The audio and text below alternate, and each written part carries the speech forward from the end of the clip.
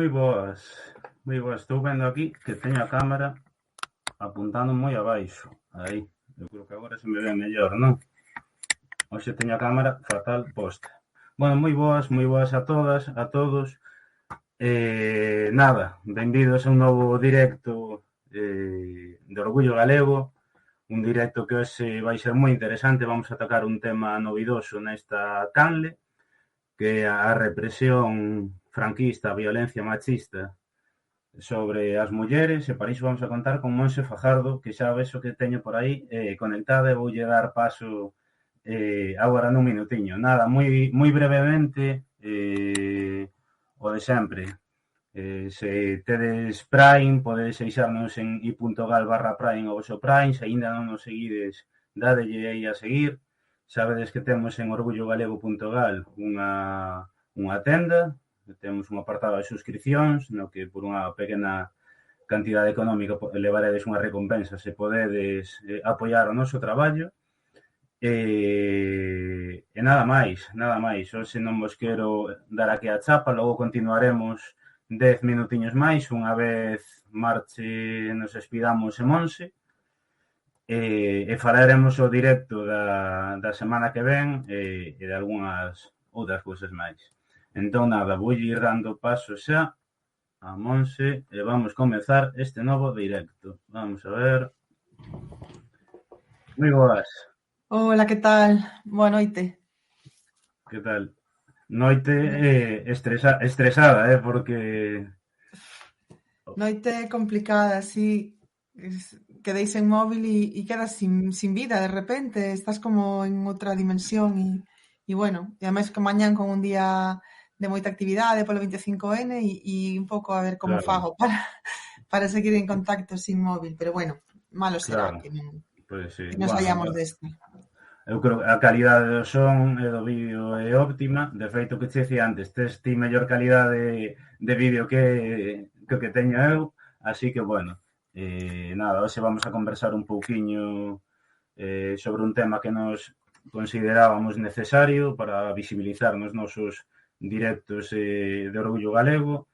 E nada, antes de comezar coa conversa, o que lle pregunta a todo o mundo, é a túa primeira vez por Twitch? Sí, a primeira vez así de unha conversa online, claro, deste tipo non, pero por esta fórmula sí, é a primeira vez. Son unha señora maior e isto me resulta super novedoso a mí.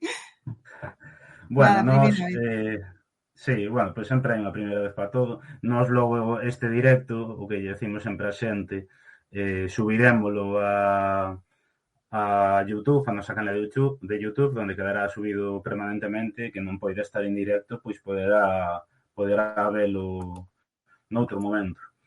Sí, eu xa, ese sí que vin algunha, Xurxo, por exemplo, son moi fan.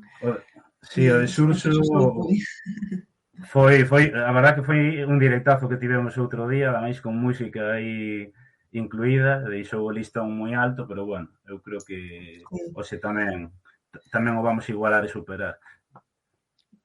Bueno, difícil chegar a Xurxo, pero bueno, con estar por aí... Antes, bueno, tamén quería, antes de nada, que con este lío, pois parabenizarvos pola vosa iniciativa e polo todo que facedes, que son seguidora vosa, e agradecervos que é un orgullo para min galego que me chamarades, non? Así que, bueno, grazas e parabéns. Nada, grazas a ti. Nos, bueno, é parte do noso traballo intentar visibilizar diferentes proxectos, ideas, colectivos, e a memoria histórica é un dos piares que tamén que temos no noso proxecto. Na nosa página web temos diferentes artigos e que sempre dende o principio intentamos tocar porque pensamos que é necesario polo silenciamento ou polo ocultamento que hai alrededor del e, ademais, entre a xente moza, non? Entón, bueno, o directo de hoxe vai servir sobre todo para chegar a xente máis moza relatos e historias que se deben coñecer. Entón, nada, a miña primeira pregunta é, para que non te coñeza, fainos unha pequena presentación de quen é Monse Fajardo. Bueno, pois Monse Fajardo foi unha estudante de Ciencias Políticas de Vilagarcía que dende o primeiro intre pois se dedicou a outra cousa que non ten así a priori moito que ver, non? Ou sí, que é o xornalismo. Entón, traballei como xornalista en varios medios, o maior parte do tempo no Faro de Vigo, e a partir de aí, pois, cando esa etapa rematou, pois empecei a digamos, especializarme na recollida de historias de represión franquista, non? Sobre todo, o sea, na memoria oral das familias de vítimas do franquismo e, nomeadamente, das vítimas femeninas. E aí, nesa recollida da memoria, nese afán por transmitir a memoria das vítimas e acabar con ese silenciamento do que ti falabas, pois escribín varios libros, todo empezou por aí, Matriarcas, Un cesto de mazás, bueno, todo foi un pouco aí. E neste momento, pois son a primeira, en eso son pioneira, non houbo antes, a primeira técnica de memoria da Deputación de Pontevedra, non? Que ahora a Deputación de Pontevedra acaba de crear un departamento de memoria histórica e estou un pouco aí como, bueno, como técnica, un pouco aí dirixindo o equipo, non? Sobre eso, sobre todo o tema da implicación das institucións falaremos tamén logo, e antes, bueno, de ir entrando xa en materia, quería preguntarche porque, bueno, ti formas parte de proxectos como son do Gris ao Violeta, Historia das mulleres pontevedresas, escribiches o libro Matriarcas, Mulleres en Pé de Vida. Contanos un pouquiño sobre estes proxectos para introducíndonos tampouco un pouquiño o teu traballo. Bueno, pois do Gris e Violeta é unha web do Concello de Pontevedra que é unha das poucas institucións que fai memoria realmente, non? Que ten unha política pública de memoria continuada e seria. Eu creo que un momento, 99, 2000, que o Concello de Pontevedra era un pouco como unha illa, era o único que facía memoria. Entón, hai un programa que puxo en marcha Luís Bará no ano 2013 que se chama Memoria das Mulleres, que pretende recoller a historia da cidade en feminino, non? Porque as historias das cidades sempre se contan desde un punto de vista androcéntrico total. Entón, queda valer, evidentemente queda coxa unha historia que obvia a mitade da poboación, non? A parte máis grande da poboación. Entón, a Memoria das Mulleres pretendía rescatar biografías de mulleres relacionadas con Pontevedra, tanto da represión franquista como tamén as pioneiras, as que fixeron algunha cousa destacada, e tamén as mulleres do común, digamos, pois mulleres das fábricas de conservas, mulleres de Pontesa, mulleres que estiveron en loita pois contra Ence, aí estaba Nené, en do Gris a Violeta, mulleres que estaban en contra das dragas da autopista, bueno, todo un pouco a loita das mulleres e como as mulleres, digamos, que participaron na creación da Pontevedra que hoxe coñecemos, non? Entón, esa é a memoria das mulleres e foi tal o éxito, digamos, do programa e había tanta información que logo aos 5 anos creouse en 2018 unha páxina web que é esta que ti mencionas, non? Do grisavioleta.gal, onde recollemos un pouco pois coas miñas compañeras de Maus e un pouco todas as biografías que se fixeron durante estes xa 8 anos. Logo tamén entraremos un pouco, pois, eso, en todo o que se está facendo en Pontevedra, porque eu, como pontevedresa, a verdade é que sí que é certo que xa hai un traballo de memoria histórica de anos atrás, non? Que empezou, se non me equivoco, con Luís Bará, pero nos últimos anos está vendo un traballo de visibilización da memoria histórica, pero en concreto das mulleres, moi, moi grande e que eu creo que logo podemos tocar porque merece falarse diso, non? Entón, bueno, xa entrando un poquinho máis en materia, como comezou o teu interese pola memoria histórica, en concreto na represión sobre as mulleres? Non sei se porque ti tiveches historias na túa familia que te motivaran a investigar ou como empezou ese interese? Non, na miña familia, afortunadamente, non houbo víctimas directas da represión franquista, pero sí que sempre conto que un pouco o meu interese por estas consecuencias que tuvo o golpe de Estado, a Guerra Civil en España, ven desde moi nena, porque a miña avoa materna, a miña avoa Pepita, sempre me contaba a historia dunha veciña que tiña un fillo agochado nun doble fondo dun armario, que unha outra veciña o delatara e que lle mataran ao fillo a súa amiga, non? Entón, a miña avoa sempre contaba esa historia, con unha nai coa que mantivo relación durante moito tempo, ela, a miña nai, as miñas tías, e a mí me quedou un pouco esa historia. Unha vez lle preguntaba que lle pasara a esa xente que asasinara o fillo da súa veciña e ela me decía que nada porque eran os que mandaban e non me quedaba moi claro que, bueno, nacín con Franco vivo aínda, pero que xa estaba nos 80, non? E había unha democracia, non podía entender que alguén que asasinaba, que entraba nunha casa, lle quitaba un fillo a unha muller ou asasinaba, que puidera quedar impune e que non pasara nada, non? Entón, esas historias da guerra civil e das que falaba coa miña avoa no xardín de Rabella mentras me pelaba pipas, pois sempre quedaron aí, non? Sempre me interesaron moitísimo. Leía todo o que tiña que ver co franquismo e coa represión.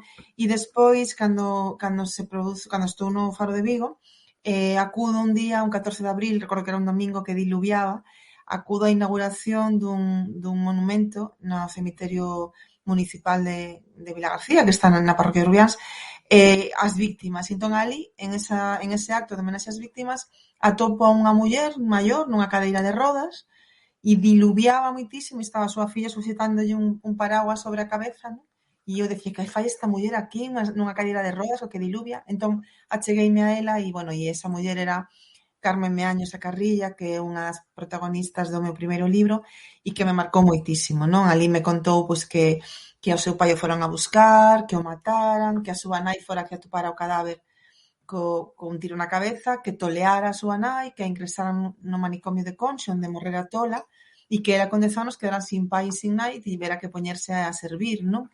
E claro, e a ela lle chamaba moito a atención, ou lle enfadaba ou tal, que despois de sufrir tanto a súa familia por esa historia do seu pai, e cando chegou a democracia, ela pensaba que o seu pai sería un heroe nacional, que habería monumentos a través, non?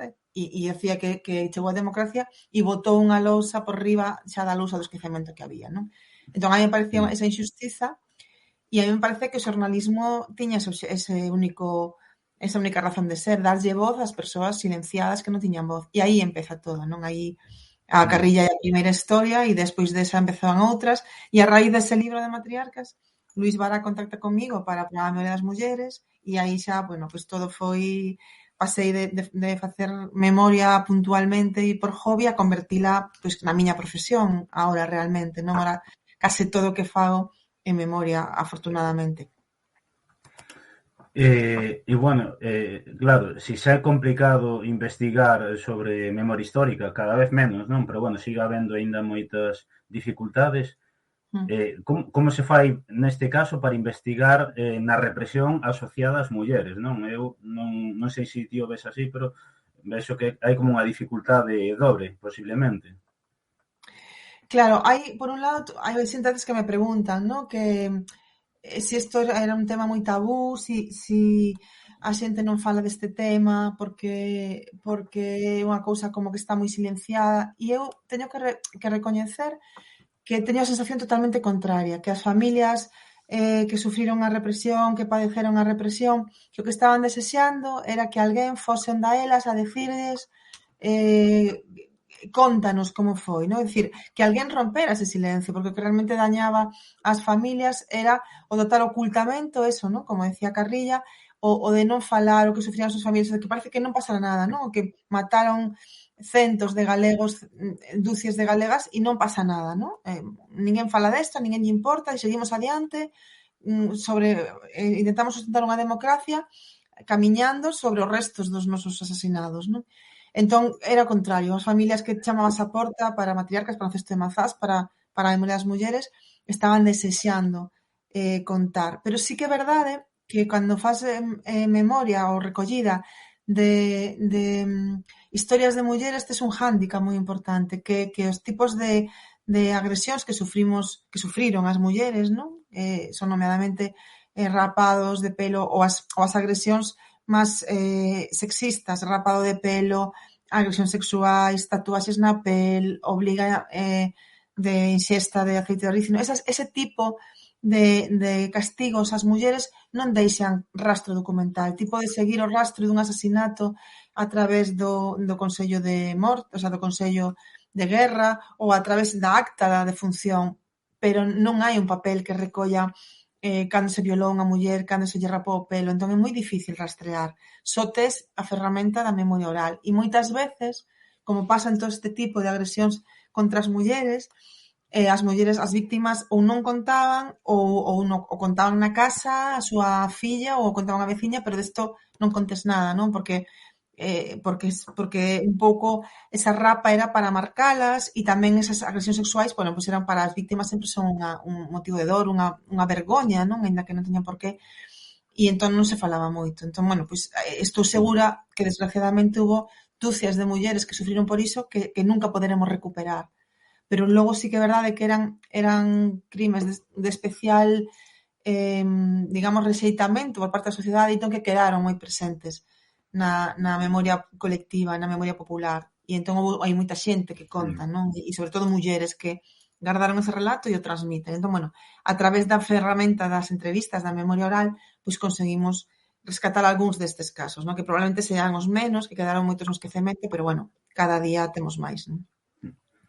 Bueno, logo, a raíz de todo este tipo de investigacións e de visibilización da represión franquista sobre as mulleres, non? Hai quen di que non ten sentido falar só da represión franquista contra as mulleres, xa que esta propia represión tamén afectou aos homes e ademais en maior número. Por que contas ti que hai outra represión sobre as mulleres da que non se fala? Profundízanos, bueno, un pouquiño máis nisto. Claro, efectivamente sempre pasa un pouco isto. As casos excepcionais como Aurora Marco, non? Persoas que empezaron a estudiar o María Victoria Martins, a represión contra as mulleres, un pouco o normal, mesmo entre a xente que facía memoria dos esquecidos, era que o foco se puxese cara aos homes, porque, efectivamente, como ti dis, os homes foron maioría nos paredóns, foron maioría nos cárceres, non? Pero unha cousa é contar dos homes, outra cousa é contar só dos homes, non? Porque nós defendemos desde a memoria das mulleres, defendimos sempre que a represión contra as mulleres ten unhas características específicas que a fai igual de importante ou polo menos, ou incluso máis importante, non? Por exemplo, hai mulleres asasinadas, hai mulleres que estiveron no cárcere, hai mulleres en todas, víctimas galegas, mulleres galegas en todas as tipoloxías de represión, non? Mulleres paseadas como Rosario Hernández a Calesa de Vigo, que foi asesinada e tirado o seu corpo a ría de Vigo atado a unha plancha de peixe, mulleres fusiladas, como aquí na miña vila Josefa Barreiro, que están agora intentando recuperar os seus restos nesa foxa na Universidade de Compostela, hai mulleres presas polas súas propias ideas, e logo hai unha cousa que non pasa tanto cos homes, que pasa maioritariamente coas mulleres, é que, mentras aos homes os castigan pola súa propia ideoloxía, pola súa militancia política, as mulleres, en moitas ocasións, son castigadas polo simple feito de estar emparentadas con homes perseguidos, non? Témolo en Pontevedra, ese exemplo que sempre falo, non? Que é outra das miñas personaxes favoritos, digamos, de algún xeito, as miñas persoas favoritas, que é Josefina Ruti, non? Muller do alcalde republicano Osorio Tafall, ela non militaba, ela non participaba na vida política máis que como acompañante do seu home, e, sin embargo, como ele está en Madrid e non o poden prender cando toman Galicia, deteñen a ela e pasa 18 meses no cárcere, non? Está pagando un pouco ser simplemente a muller de Viviano. E despois, como vos decía antes, cando están no cárcere, as mulleres sufren vexacións sexistas, non? Como por exemplo, a Custodia Gama, que é outra pontevedresa, que foi mallaron nela durante 40 días, obrigaron a barrer as rúas de Pontevedra cun cartel no peito que decía comunista e outro nas costas que decía roja, non? Por ser irmán de homes perseguidos, mallaban. E logo estaba eso, as agresións sexuais son pues eso, casi totalmente a mulleres. A rapa do pelo foron moi maioritariamente a mulleres. As inxestas de rícino para que fixeran as súas necesidades en público e logo ser paseadas polas vilas facendo as súas necesidades por elas, que era outro castigo, era nomeadamente castigo para as mulleres, non? Entón, se contamos xa todo eso, empezamos a xa non empezan a cadrar esos números que din que os homes eran máis. E logo, se temos en conta que desde o noso punto de vista do programa das mulleres no seu día, non? Defendíamos que esa filla esa muller que eu entrevistei, a Carrilla, que lle matan ao seu pai, que ten que servir, é unha víctima tamén do franquismo que lle muda a vida. Esa nai que atopa o seu home asasinado e tolea é outra víctima do franquismo que, sin embargo, non está nas listaxes de víctimas. Entón, se entendemos as víctimas en un sentido máis amplo, é dicir, calquera persoa que viu a súa vida totalmente truncada pola barbarie fascista, aí as mulleres, digamos que numéricamente gañan por goleada, non? E, sin embargo, como sempre, pois que non se fala delas, non se pon un pouco máis o foco nos homes, non? E nos que teña máis relevancia, pois eu creo que con eses nomes insignes, con eses referentes que temos que ter como pobo, como país, Alexandre Bóveda, Castelao no exilio, Tafal no exilio, e Anxo Casal e tanta xente, non? Víctor Casas asesinada, tamén temos que ter memoria do pobo das mulleres e tamén memoria de clase, non? Das traballadores máis anónimos que tamén foron asasinados e asasinadas ou que sufriron calquer tipo de Claro. represión. Bueno, ibache preguntar agora que tipo de torturas e maltratos sufrían as mulleres, algo xa foches dicindo, non sei se che quedou algo pendente, pero a vez quería ligar eso co papel que tiveron as mulleres despois do golpe de Estado. Que papel cumpriron, bueno, na propia guerra e na posguerra, que tamén é algo do que non se fala nada. Claro, o primeiro que eu puntualizaría, non, que sempre digo cando vou nos instis e así, é que aquí en Galiza non podemos falar de guerra, non, en si mesmo, porque como sabes, aquí se produce o golpe de Estado, asiña triunfa o golpe de Estado, a finais de xullo se está toda Galiza tomada, digamos, e o que se produce é unha brutal represión contra as persoas que defenderan a legalidade republicana e contra as súas familias. Entón, o papel das mulleres é importantísimo desde o primeiro momento porque son un apoio fundamental para os fuxidos, non? A solidariedade feminina salvou moitas vidas, foi a cubillo. De feito, é tamén importante que ter en conta que a meirande, o sea, a razón que máis se repite, a meirande causa de asasinato de mulleres na Galiza non foi a súa militancia política, foi ser solidarias con os perseguidos, non? Matan eso Josefa Barreiro en Vilagarcía, moitísimos, Evangelina Jasso, Consuelo Acuña en Pontevedra, hai moitísimos casos de mulleres que son asasinadas cando as sorprenden dando apoio a homes fuxidos. A solidariedade foi a causa, non? De que foron asasinadas. Levaron esa solidariedade elas ata a morte. Entón, o papel das mulleres após o golpe de Estado foi eso, pois de acubillo, de enlaces, de comonte, e incluso costándolles a vida. E logo tamén hai en Galiza, pois temos milicianas, casos de mulleres que estiveron que estaban en Madrid, porque estaban servindo, por exemplo, en Madrid, non? E que forman parte das milicias galegas que crean Santiago Álvarez e Castelao. Tamén hai mulleres nas milicias galegas. E temos mulleres na guerrilla tamén galega, non? Que creo que a máxima expresión de resistencia antifranquista despois da victoria dos fascistas na guerra é a guerrilla. E aí tamén había mulleres, non? Había guerrilleras na chaira, como se lle chama, non? É dicir, mulleres que servían eso de enlace dos guerrilleiros do monte, pero tamén había mulleres na guerrilla, Consuelo e Toña, as irmás de Solecín, por exemplo, non? Ernestina, moitas máis mulleres de Galiza que estiveron tamén e do Bierzo, non?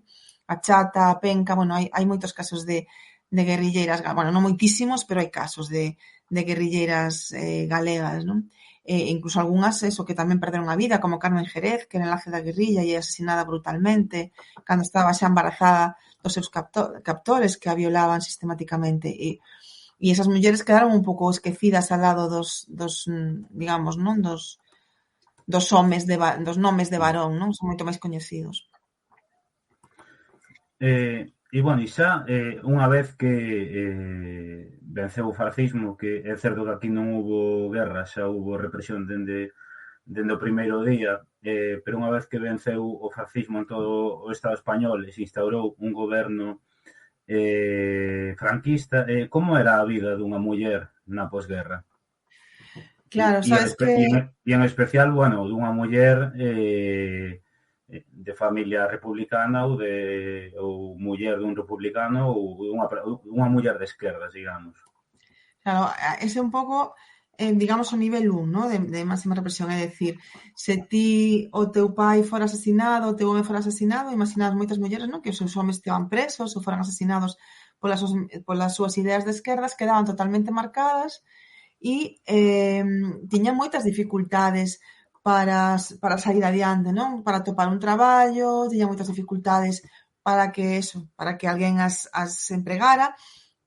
E nunha época, ademais, en que a maior parte das mulleres non sabían ler nin escribir, non? A principios do século pasado, bueno, o 9 de cada 10 galegas non sabían ler nin escribir. Por lo tanto, as mulleres accedían a traballos de moita forza física e non mal remunerados, non? A miña avó Pepita, por exemplo, que che falaba antes, era naquela época estibadora do sal, é dicir, cargaba sal no porto de Vilagarcía, que é unha tarefa que polas condicións físicas que require hai moito tempo xa que a fan, nomeadamente homes, non? E daquela non, daquela eran especificamente mulleres porque tiñan moita necesidade de cartos e non tiñan pois estudos, non? E eu creo que eso nos leva un pouco ao segundo punto que me parece importante recalcar, que é que as mulleres foron todas víctimas do golpe de Estado do 36, todas as mulleres, mesmo as que defendían aos golpistas. Por que? Porque as mulleres pasamos de unha república que empezaba a darnos dereitos, que empezaba a tratarnos, aínda con reticencias mesmo da esquerda, non? Como cidadás de pleno dereito, a república nos dá o dereito ao voto, a república acolle a lei do divorcio, a república fai leis que igualan a esposo e esposa en dereitos, non?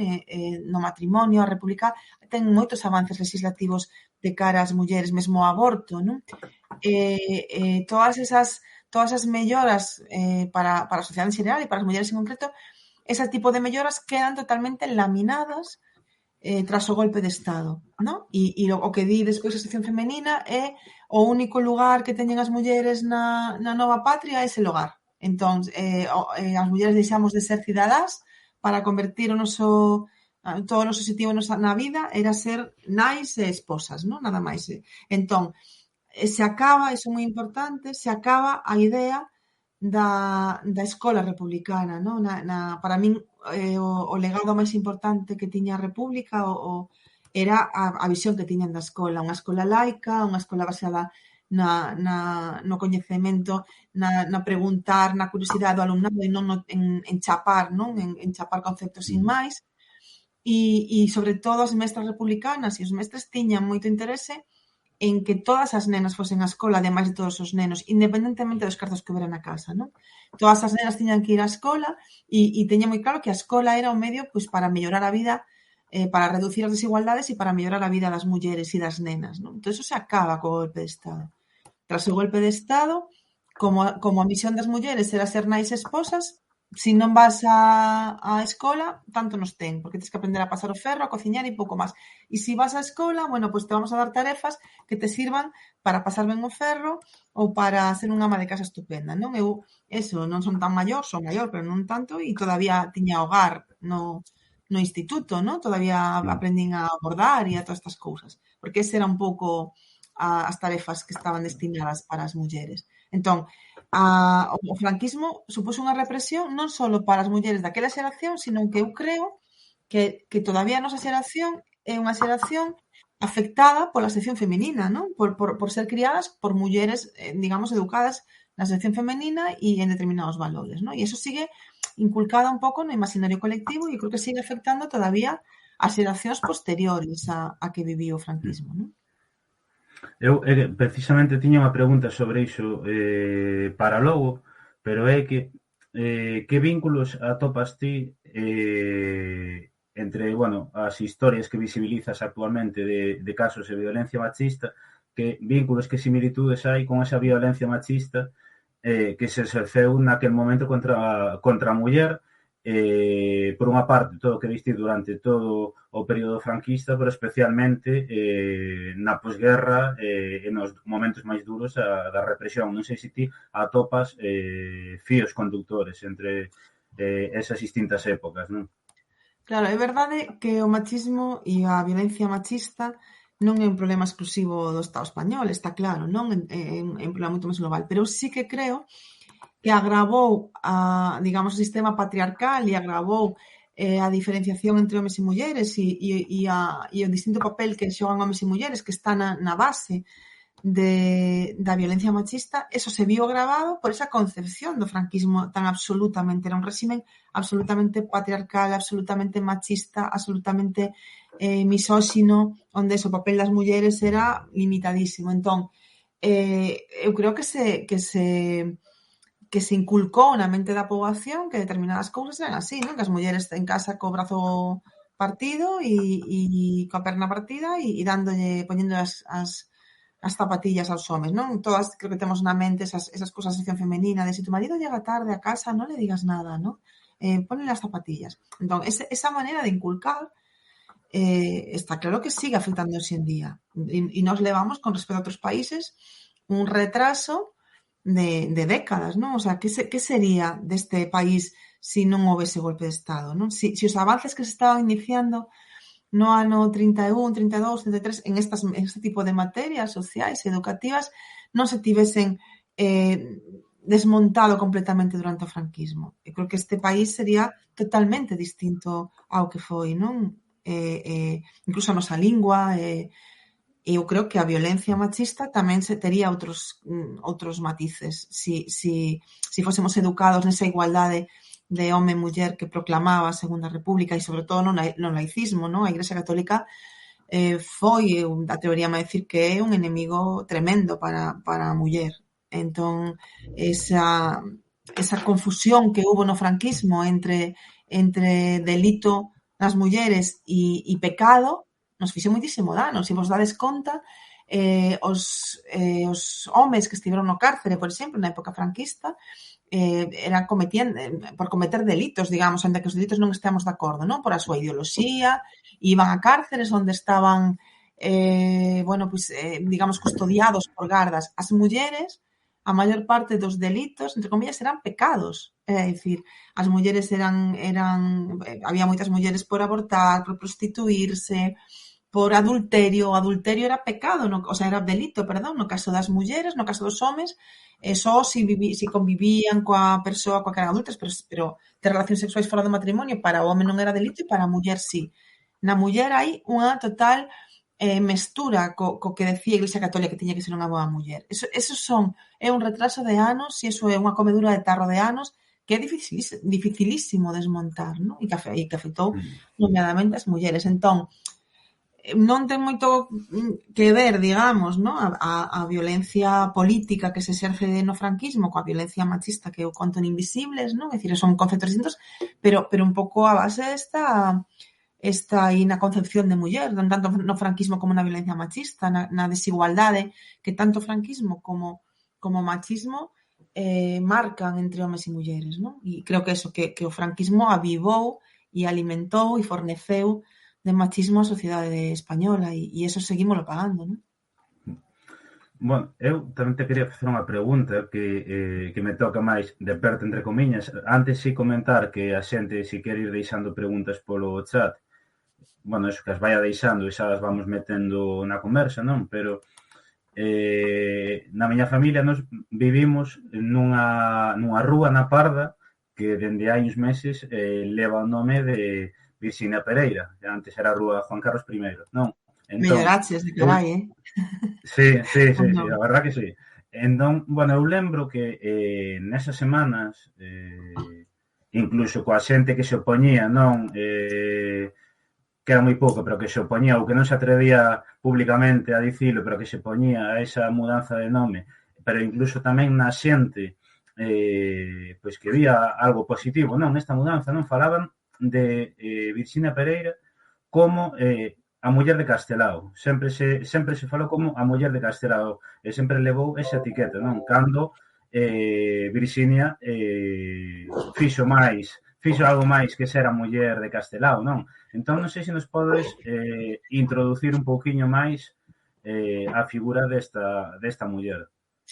Sí, efectivamente, estaba aquí disimuladamente enchufando a batería porque a coloquei, pero non a enchufei e está avisando xa que se queda sin batería e era que nos faltaba. Así que vou a facer aí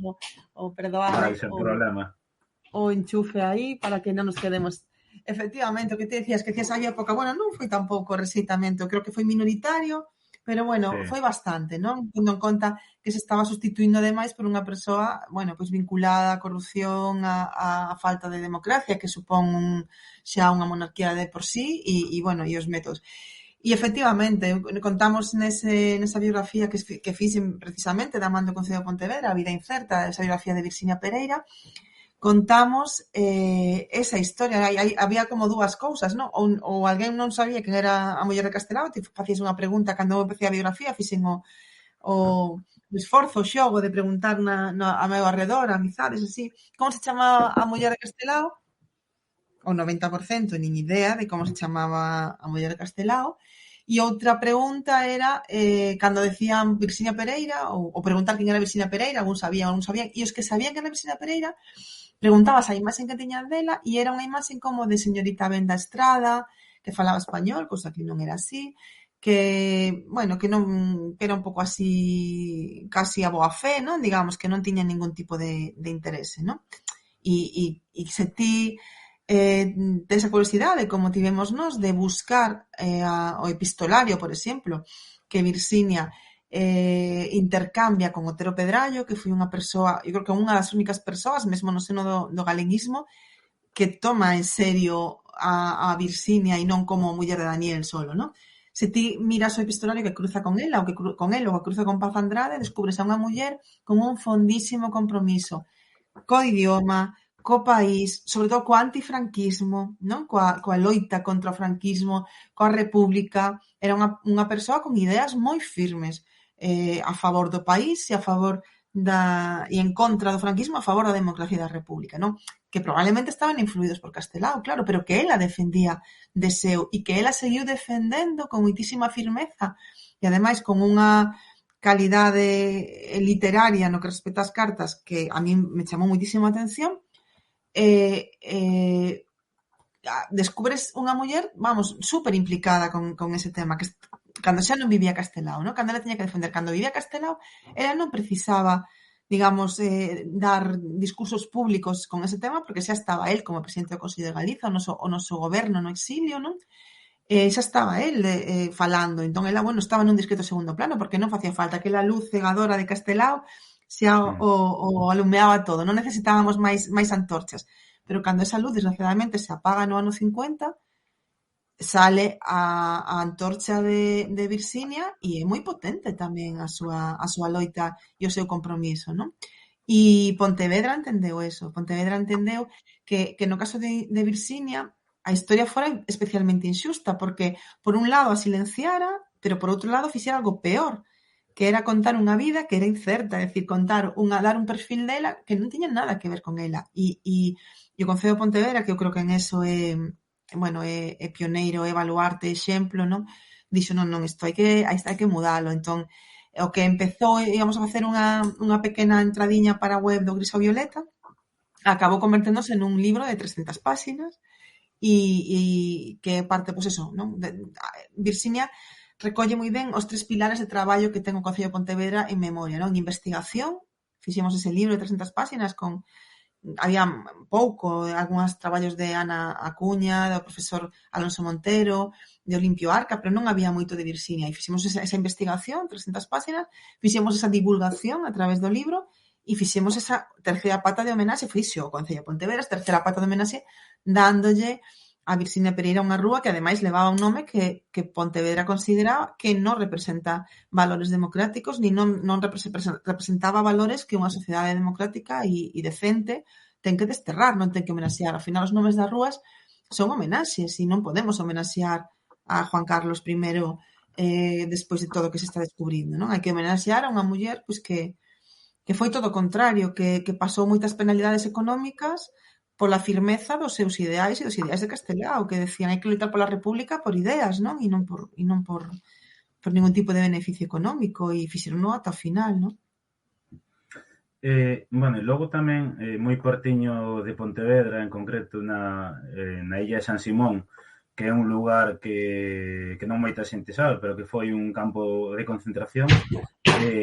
Eu tamén lín un pouco que as mulleres tamén tiveron ali un papel moi importante. Non sei se nos podes contar un poquinho máis sobre unha historia que se coñece moi pouquiño na zona. Eu tampouco coñecía, e máis que eu creo que é importante saber nun momento no que eu, polo menos o meu modo de ver, estás maltratando completamente a memoria e o que é a Illa de San Simón, o que significa, o que representa con actividades que non teñen moito que ver. Entonces, non sei eso, se nos podes introducir un pouquiño o papel das mulleres na Illa de San Simón. Sí, pois é un pouco o que vos decía antes, non? A Illa de San Simón foi un campo de concentración como vestido de un cárcere franquista que nomeadamente, casi exclusivamente, tivo homes. Hai testemuñas que recollen que en algún momento do principio ou algunha muller tamén en San Simón. Se perdeu moito papel, moita documentación de San Simón, entón non o podemos demostrar, digamos, documentalmente, pero sí que hai fillas de víctimas de mulleres encarceradas que din que a súa nai estivo polo menos un tempo ou de paso presa en San Simón, non? Por tanto, eu teño as miñas reservas, creo que sí que houve mulleres en algún momento, pero basicamente foi un cárcere de homes, do 36 ao ano 43. Ben, homes amoreados ali, porque é un sitio con capacidade a mellor para 500 persoas, que tivo miles de persoas ali detidas, e que o pasarían moitísimo peor eses presos do San Simón se non fora pola solidaridade de mulleres da contorna que, sendo familia ou non sendo familia,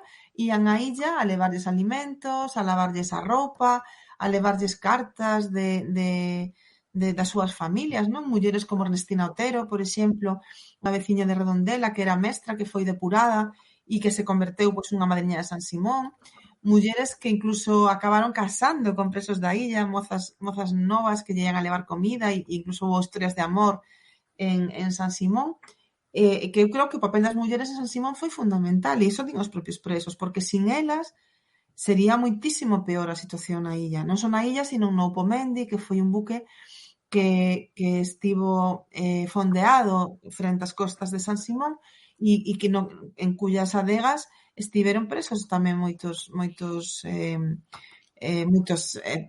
republicanos, sobre todo soldados e xente republicana tras a caída da fronte norte, asturianos, cántabros, vascos, que estaban nas bodegas do Opomendi, que se xa era terrible estar retido en San Simón, imaginade nunha adega dun barco, non? E as mulleres son as que lle levaban comidas, que lle levaban apoio e mesmo algunha tamén pois acabou axudando, non? Pois a recuperar os restos de algún preso que morreu despois e dicir, o papel das mulleres foi fundamental, non? Para facer un pouquiño menos dura a vida dos presos.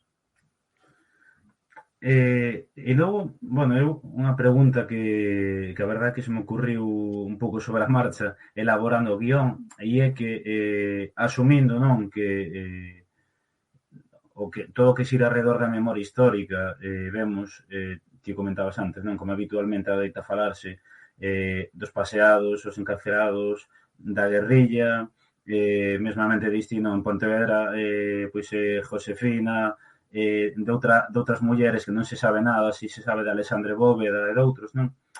Dentro das persoas investigadoras a memoria histórica, xa está asumido e normalizado a necesidade de darlle o protagonismo que merecen as mulleres represaliadas, ou pola contra aínda hai reticencias? Méteme aí un xardín para ver como digo eu. A ver, eu creo que cada vez está máis asumido que a memoria ten que ter perspectiva de xénero, non? Pero aínda hai algún estudio que eu collo e digo, ostras, que nin de resbalón sale unha, todo.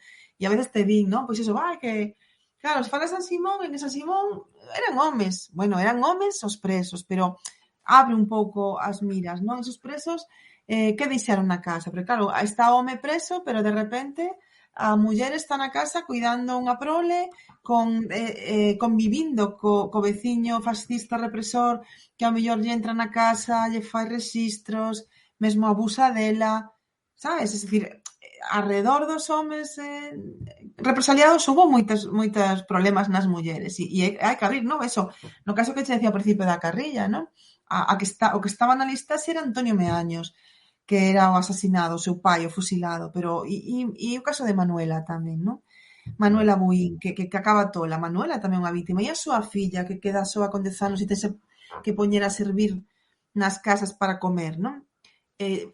fala deso tamén. Entón, ás veces se fala un pouco, sobre todo, claro, a xente que reace traer con memoria oral, os papéis contan basicamente casos de homes, pero se abrimos un pouco a vista, hai mulleres así, non? Que entón, eu creo que cada vez se recupera máis a historia das mulleres, pero aínda se fai, eu creo, maioritariamente en casos moi obvios, é dicir, cando coñeces que unha muller foi asasinada ou foi rapada ou lle pasou algo así máis grave. Eu creo que hai que contar, en caso de homes e en caso de mulleres tamén, esa outra represión que a mellor foi máis sutil, pero non por iso menos importante, non? Pois esos rexistros na casa continuados, por exemplo, en Cambados había un electricista, Castor Cordal, que estivo fuxido, que despois foi asasinado, e os fascistas foron unha noite a casa non o atopaban a él, foron a casa dos seus pais, colleron as súas irmás, a Cándida e a Pastora, sacáronas da casa unha noite de agosto, que había festas na vila, obligáronas a espirse e completamente espidas, as obrigaron a bailar a xota, mentras unha tocaba a pandeireta, a outra bailaba a xota no medio da festa, non? Do campo da festa, totalmente espidas coa vila ali. Claro, de Cándida e de Pastora se fala menos. Vale, Castor o mataron, terrible, efectivamente, moito máis terrible, non? Pero tamén Cándida e Pastora merecen unha liña, non? No libro da historia. Entón, eu creo que se pescudamos arredor dos homes represaliados, da represión esa máis obvia cara aos homes, hai moitísimas historias de mulleres que tamén merecen ser recoñecidas, non? Entón, bueno, creo que vamos avanzando, pero hai que todavía tirarles un poquinho das orellas sobre todo os investigadores que teñen esa visión androcéntrica, non? Creo que se pode, hai que falar deles tamén, evidentemente, pero creo que se pode abrir. Pero cada vez eu creo que se chama máis atención cando non salen mulleres. É como cando vas a un congreso, a unha actividade e ves unha mesa con 5 tíos ou con 4, non? Pois xa te chama atención, non? Entón, siga habendo, pero xa creo que cada vez chama máis atención. Eu son optimista en que cada vez haxa máis historias con perspectiva de xénero. Sí, eu ademais creo que é unha visión esa xeralizada, non son os investigadores. Eu tamén nunca me... A primeira vez que me empecé a cuestionar todo isto foi vendo, pois, igual Metazoca, pero se non me equivoco, vendo unha charla, unha entrevista do neto e da filla de Alexandre Bóveda, que contaban como a súa nai, cando asesinaran a Bóveda, o que lle dicían pola rúa cando ela despois se fusilara a Alexandre Bóveda por ser muller de quen era, non? E claro, aí é cando a cada vez se fai clic e diste, claro, e Alexandre Bóveda, non? Foi fusilado, non lle van a devolver a vida, pero quen quedou aí, quen era a súa... Claro, pero Amalia seguiu viva nunha cidade tomada polo fascismo e coa etiqueta de ser filla, de ser muller, perdón, de quen era, non? Entón, eso creo que é unha situación moi complexa. Conta ainda máis eso, que Amalia, a filla póstuma de Alexandre, Amalia está aí, non? Amalia Bóveda afortunadamente está aí, pode contar todavía como era a vida a súa nai, e conta eso, Amalia, o Valentín, o seu neto, ou as súas netas, non? As netas de Alexandre contan un pouco como foi a vida de Amalia, non? E claro, un día lle cuspiron no velo de loito, non? E barraban, aí vai a muller dun asesino, incluso unha persoa que era familiar de Amalia, tivo un enfrontamento con ela. Entón, me asinado que é vivir ese día a día cos asasinos do teu home, que te cuspen pola rúa, que eres unha pestada. Contaba tamén, por exemplo, a viúva de José Adrio, Aurora Poza, que matan a seu home e ao seu irmán o 12 de novembro, que é unha data tamén para Pontevedra, non? Marcada no calendario da ignominia fascista, non? Que matan a 10 pontevedreses. Contaba Aurora, contou a súa filla, que ela compraba sempre en Olmedo, que era unha tenda de Pontevedra, e que despois de matarse a seu home entrou e se deron as costas todos e non lle quixeron atender, non a unha muller que tiña posibles, que tiña cartos, que estaba tratada sempre con todo mimo nas tendas, porque era unha persoa con posibles que de repente entre unha tenda lle dean as costas e ninguén a quere atender, non? Dicir, ese día a día das víctimas, das mulleres, non se recolle, se fala así do asesinato de José Adrio, pero de Aurora Poza se fala pouco, non? Aí está no do Gris a Violeta, a historia de Aurora, pero se fala pouco delas e ese día a día foi terrible tamén e conta aínda tamén a súa filla que tamén está aí, pode contalo en primeira persoa, aínda lembra como entraban os cívicos na súa casa, como levaban a cubertería de plata, como irrumpían cando lles daba gana, como detiñan a seu tío cando chegaba Franco a facer calquera visita a Ferrol, xa metían a todos os rojos no cárcere esa gota a gota de represión que afectou nomeadamente as mulleres durou décadas, non? E estiveron décadas padecendo eso. E logo chegou a democracia e dixo, bueno, pois desto non se fala porque hai que abrir feridas. Entón, bueno, pois, o sea, non hai que reabrir as feridas, non? Entón, as feridas sempre se puraron do mesmo lado, non? Os que non as tiveron sempre estiveron protegidos, non? Pobrecitos, o sea, non vamos agora a liala con eles. Pero os que estiñan, pois pasaron moitos problemas, non? Sí. Eu tamén, que citábamos antes a Alexandre de Bóveda, tamén quero aproveitar aquí para comentar que alén de todo o gran traballo que se fai en Pontevedra, no Concello, por recuperar e dignificar a súa figura, non? É algo que outro día fixeime na súa estatua en Pontevedra eu pido, por favor, que se hai alguén do Concello mirándonos que lle den unha limpeza a esa estatua porque está o busto moi mal estado. Eu sei que non é algo feito a man denta, lóxicamente, pero que sí que merece unha limpeza porque eu creo que Alexandre Bóveda xa é unha figura, xa é unha institución en Pontevedra e, sobre todo, que temos unha sorte enorme de contar coa súa filla e co seu neto, que son unhas persoas que a min me gustaría traer algún día aquí aos directos do Orgullo Galego para falar. Seguro que Amalia está encantada, tes que poñela aí con Valentín, claro, porque igual isto do Twitch lle queda un pouco, pero seguro que Amalia e Valentín, como as súas outras netas e netos, estarían encantados porque eso é Orgullo Galego, non, Bóveda? E non hai maior expresión, creo, do Orgullo Galego que Alexandre, o que Daniel, o que esos homes e mulleres. E algo moi bonito que a súa muller, se non me equivoco, morreu vendo como se comezaba a dignificar a figura de Alexandre, non? Que eu creo que é algo... Claro, o primeiro gran acto de memoria que se fai en Pontevedra, xa cando Miguel entra na alcaldía, non? Miguel Ángel Fernández Lores, no ano 99, nomear a Alexandre Bóveda fillo adoptivo da cidade e entregarlle a medalla de ouro a súa viúva Amalia Álvarez, que aínda vivía. Entón, Amalia viviu esa digamos, restitución, non, do afecto de Pontevedra que nunca marchou, pero esa un pouco bebiu ese recoñecemento da cidade de Pontevedra en mans do seu alcalde no 99. Non, todavía está Amalia, hai unha foto moi bonita de un Lores novísimo entregándolle a medalla a Amalia, unha Amalia moi emocionada. Entón, sí que é verdade que Amalia viviu ese recoñecemento que outras viúvas non chegaron a vivir ou porque non tiña esa relevancia o seu home que tiña Alexandre ou porque ni siquiera chegaron a vivir a transición, non?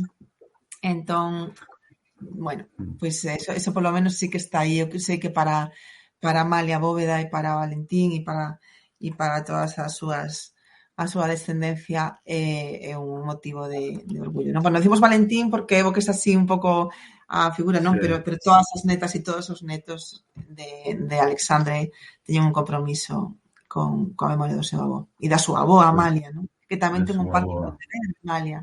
Sí, efectivamente. Mira, pregúntanos Sandra, supoño que alén das historias e represión atoparías moitas historias e resistencia de solidaridade durante a investigación.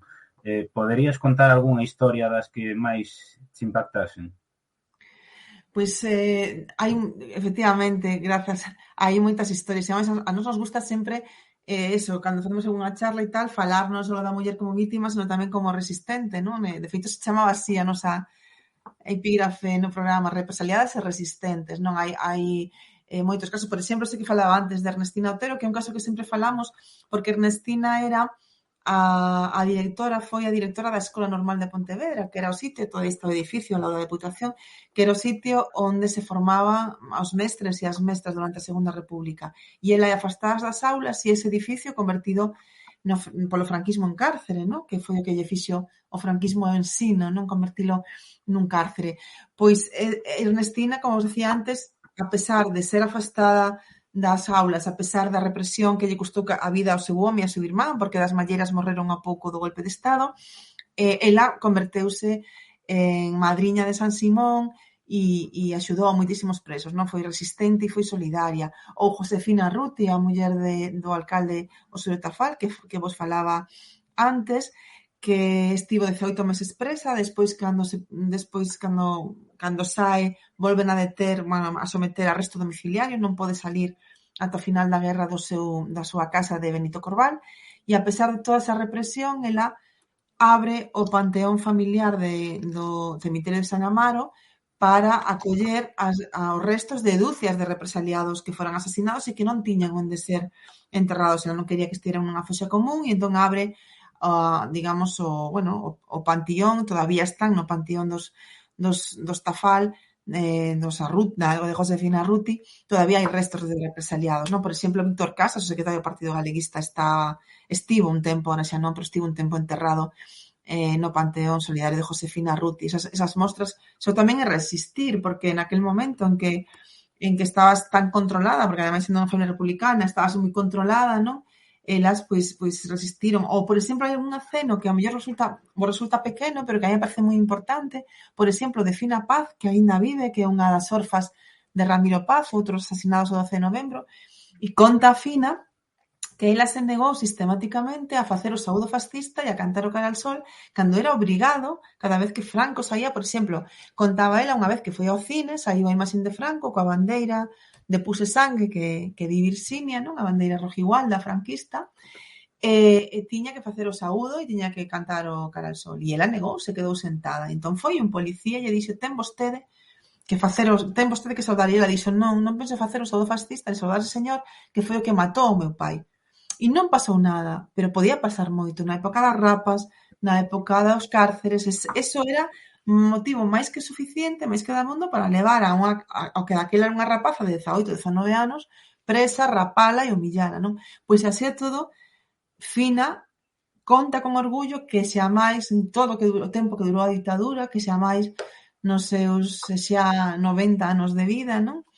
Pois que xa máis fixo o saúdo fascista, non? E a mí me parece que esos acenos pequeniños de resistencia son moi importantes, como o aceno da propia Amalia, que ia cada verano con Cinta Rei, a nai de Víctor Casas, ao sitio onde os fusilaran, a Caíra, onde os fusilaran aos dous. Hai unha foto fermosísima de Cinta Rei abrazada á árbore da Caíra onde mataron a seu fillo Víctor, e esa foto sacou a Amalia, e a Amalia gardou gardou ela na súa casa uns cascotes, non? Uns trociños, uns anaquiños dos cascotes da árbore onde fusilaran a Alexandre Bóveda. Esos acenos de memoria me parece tamén un aceno de resistencia, non? Porque a memoria das mulleres que gardaron o verdadeiro relato do que pasou, non? E que contrapuxeron ese relato ás mentiras franquistas é a maior, creo que, proba de resistencia, non? Gardar a verdade e transmitírnola para que ti máis eu agora estemos facendo este acto antifranquista, non? Pois eu creo que esa resistencia, esa memoria resistente das mulleres tamén merece todo o noso aplauso. Pois sí.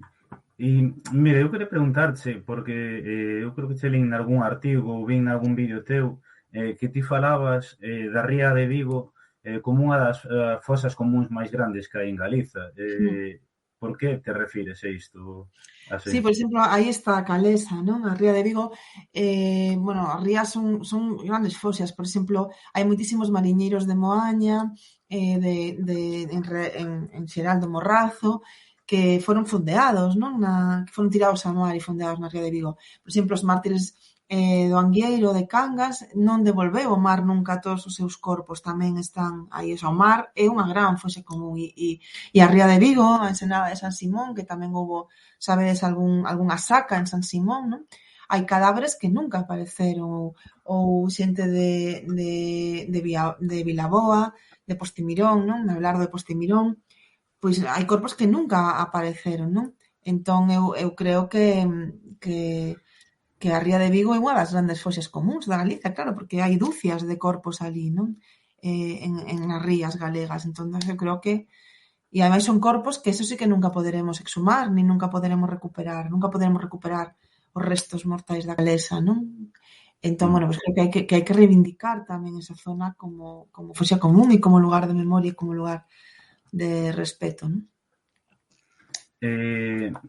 Bueno, hai outra pregunta que nos manda, bueno, que me mandan por WhatsApp, Ajá. que preguntan que lle dirías ti a toda a xente que por desgraza bastante que di que non ten sentido falar disto en pleno 2021 porque hai outros problemas máis importantes, que se está sacando sempre a Franco cando Franco morreu fai moitos anos, cando se quere revivir feitos do pasado no medio dunha crise económica moi grande e que sempre se está revolvendo o pasado e se está facendo política coas víctimas e indica tamén porque hai moita xente que di que os nosos avós pasaron páxina e que agora que se está levantando todo isto outra vez, non? Que lle dirías a toda esa xente? Hai a transición, aí foron moitas cousas importantes, vamos por partes. Primeiro, que sempre din que non abramos feridas, normalmente os que din que non abramos as feridas son os que non as teñen, non? E moitas veces tamén mesmo agora xa a descendencia, non? As ramas dos que as infrinxiron, son os que non lles interesan.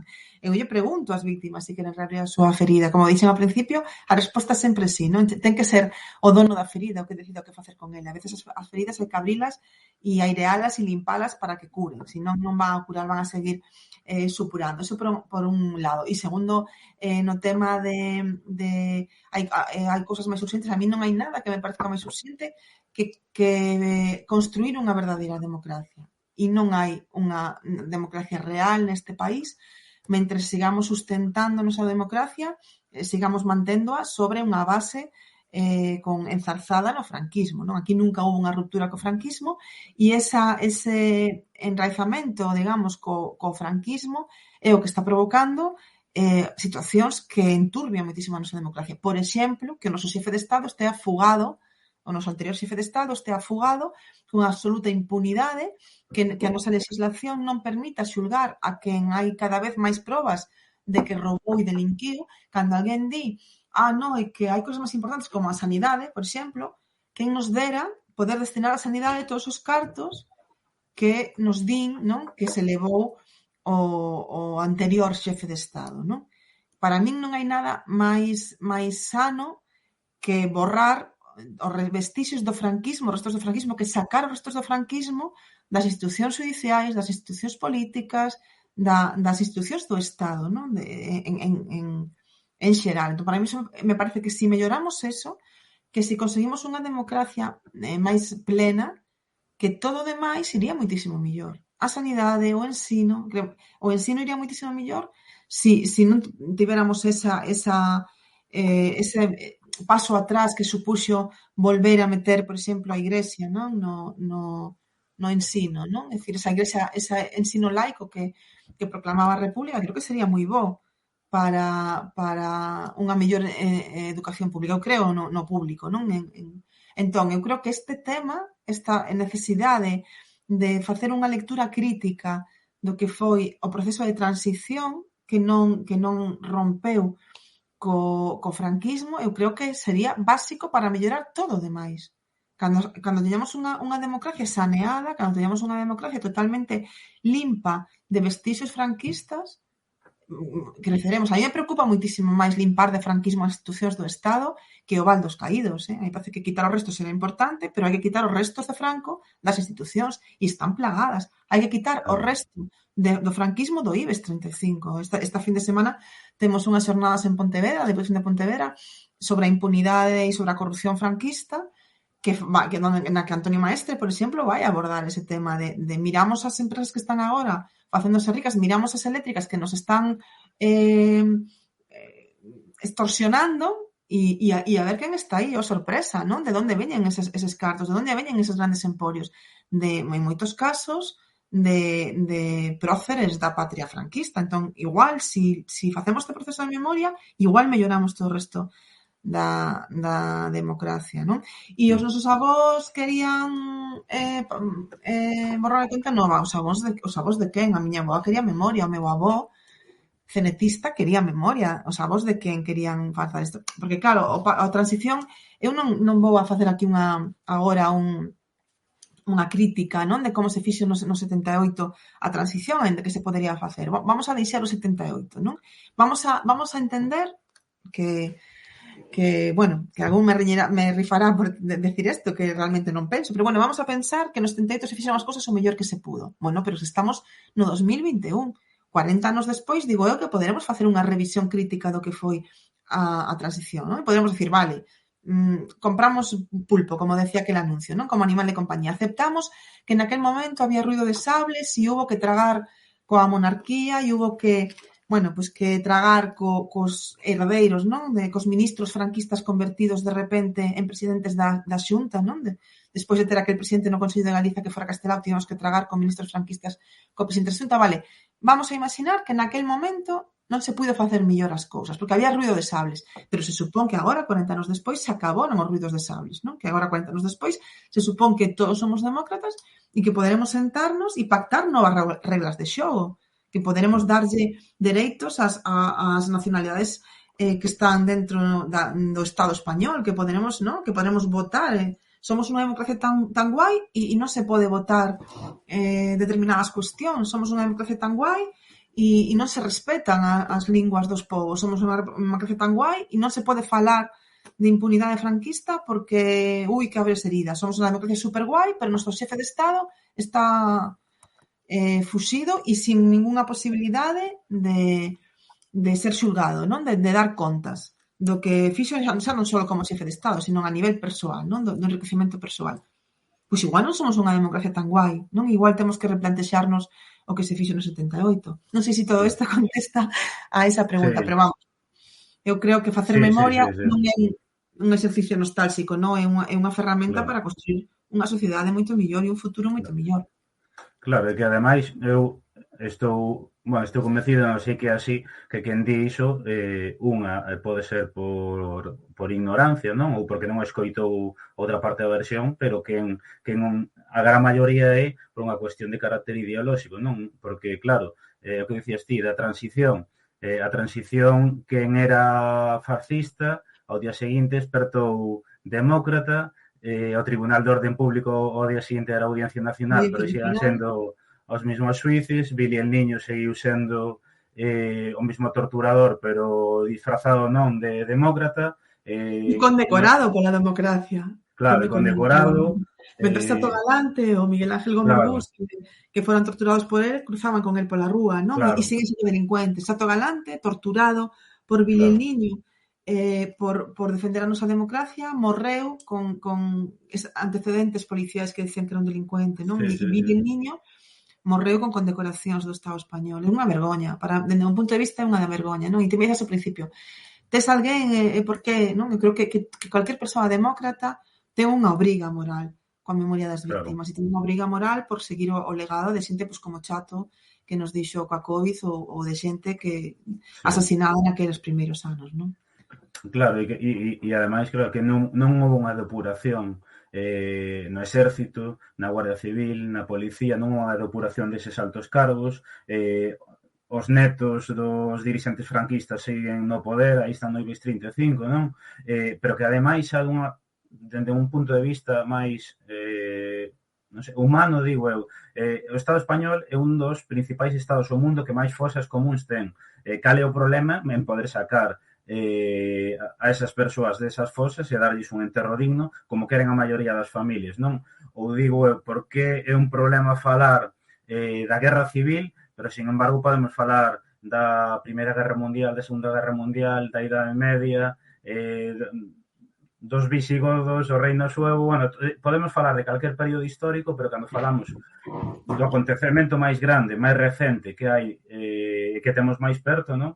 Entón, eso son falar de cousas do pasado, non? E eso, lóxicamente, aí hai un discurso de carácter ideolóxico e que eu creo que compre combater e precisamente socializar, levar as escolas tamén, porque eu que teño 34 anos, eu se non é por algúns profesores non sabería nada disto, non nos ensinaron prácticamente nada disto, só nos pasaron por enriba que houve unha guerra civil de uns contra outros eso que pensa todo o mundo, non? Que foi unha guerra entre hermanos, cando eso é mentira, non foi unha guerra entre hermanos, non?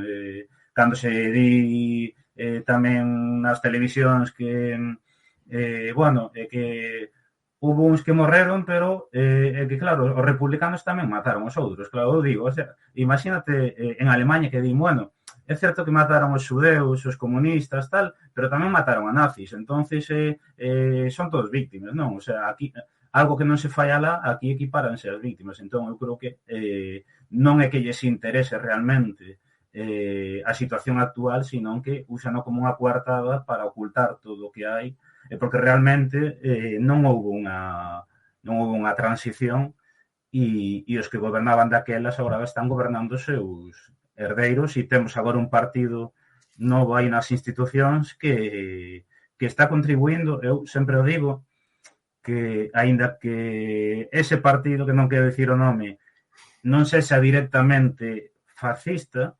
está normalizando un discurso para que o nazismo e o fascismo que tiña un discurso, ese mismo discurso, e que hai uns anos era imposible que a xente escoitara iso, que o normalizara, pois agora esta xente está normalizando, non? Todo o tema dos inmigrantes, contra as Violencia linguas, machista. violencia machista, o movimento LGBT, todo iso, non? Que ese era un discurso que hai, eu lembro, hai 10, 15 anos, ese discurso tiñan os nazis e ninguén máis, eran os nazis e ninguén máis, porque o PP non se atrevía a dicilo, pero agora hai un partido que está normalizando ese discurso, non? A mí non me extrañaría que nuns anos, pois, aquí non poida pasar pois o que pasou en Grecia, non? Que chegaron a ter un partido neonazi abertamente como terceira forza política e que se dedicaba a dar palizas nas rúas, non? O sea, nós non estamos tan afastados diso. No, hai temas, non? 52 escaños ocupados por persoas de ultradereita, non? É dicir, tremendo, é tremendo. E estou totalmente de acordo. Antes, bueno, hai xente que di, bueno, esos tal estaban aí, estaban dentro do PP, bueno, pero mentre estaban dentro do PP, polo menos disimulaban e hai quen di, pero que é mellor verlles a faciana e alertar. Eu creo que é perigoso, non? Ainda que efectivamente hai que combatelos, é perigoso que se xa impune totalmente decir que eso, a violencia machista non existe, defender a Franco, non? Pero bueno, ahora xa que pode parecer anecdótico, pero esta fin de semana a presencia do principal líder da oposición nunha misa de homenaxe ao dictador, e eso é, xa non vou dicir que é impensable en outros países europeos, eso é inmoral nunha democracia, non? Entonces, esta democracia ten moitas cousas que mellorar e eu creo que temos que traballar para mellorala, non? Pois, e aquí en Galiza destacar que o PP tivo dous alcaldes abertamente franquistas que eran en Avión, en Baralla. O de Baralla faleceu hai 2 anos e o de Avión creo que agora entrou a súa filla, pero que era o que organizaba as misas polo 20N, creo que era en Avión, igual me tazoco, pero creo que sí que era en Avión, e que tiña o seu cadro de Franco, que el dicía abertamente que era franquista, e o propio Fraga morreu dicindo que el non se arrepentía de nada. E ten un busto en Vilalba, non? Entón, hai rúas por outras partes, non? E bueno, aí está Manolo Monge desde a Asociación de Recuperación Memórica Histórica da Coruña e fillo predilecto de moitos sitios, Fraga, e dándonos caña, non? A ver, espabilemos que este señor efectivamente foi un ministro franquista, non? E bueno, e de repente todo se pintou de democracia, de galeguismo incluso, e bueno. Mira, indícanme aquí, é certo, non era Avión, era Beade, sí.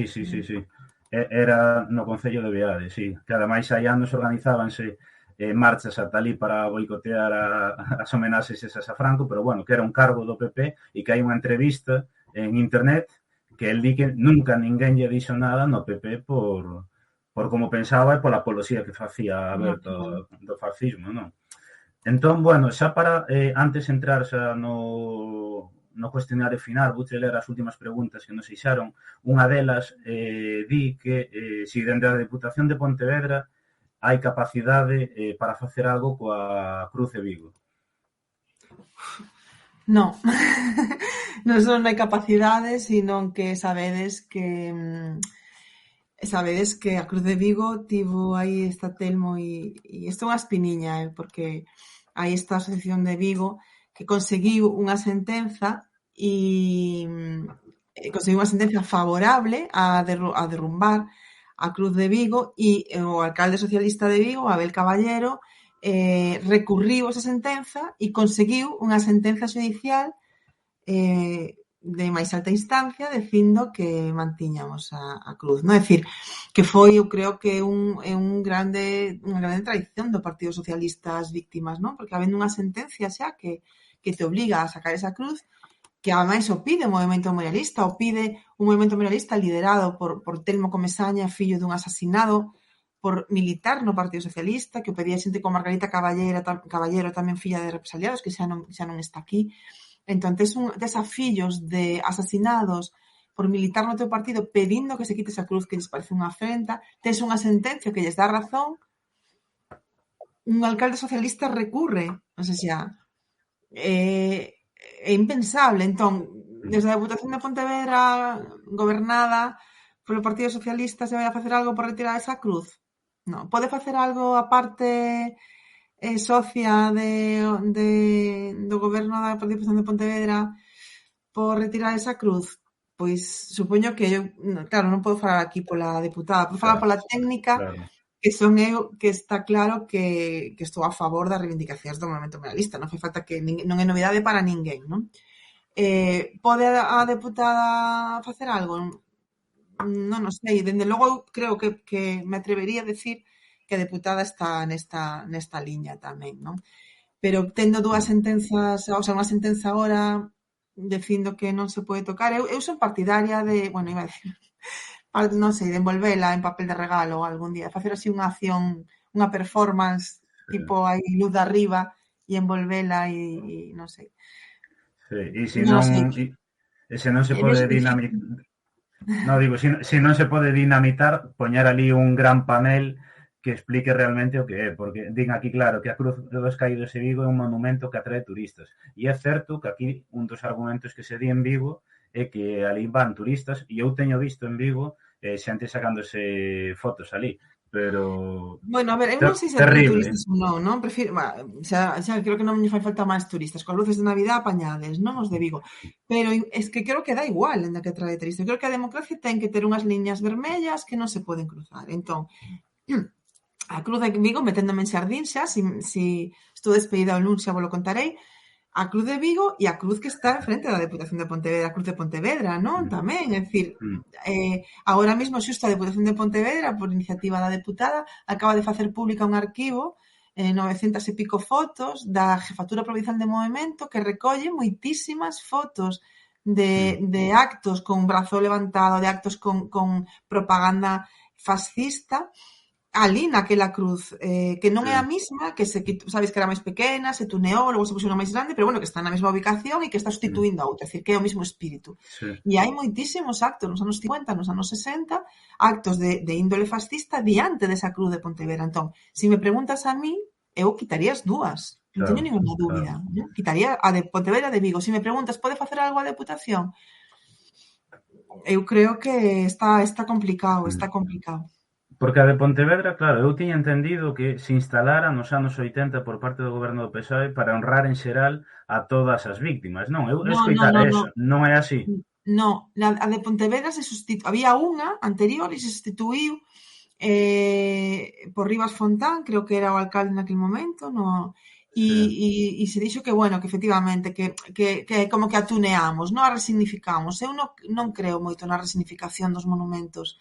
É dicir, o Val dos Caídos significará en algún momento algo que non sexa un grande mausoleo en honra dun dictador. É dicir, se pode resignificar, a mellor o que diste, se pode explicar, se pode contextualizar.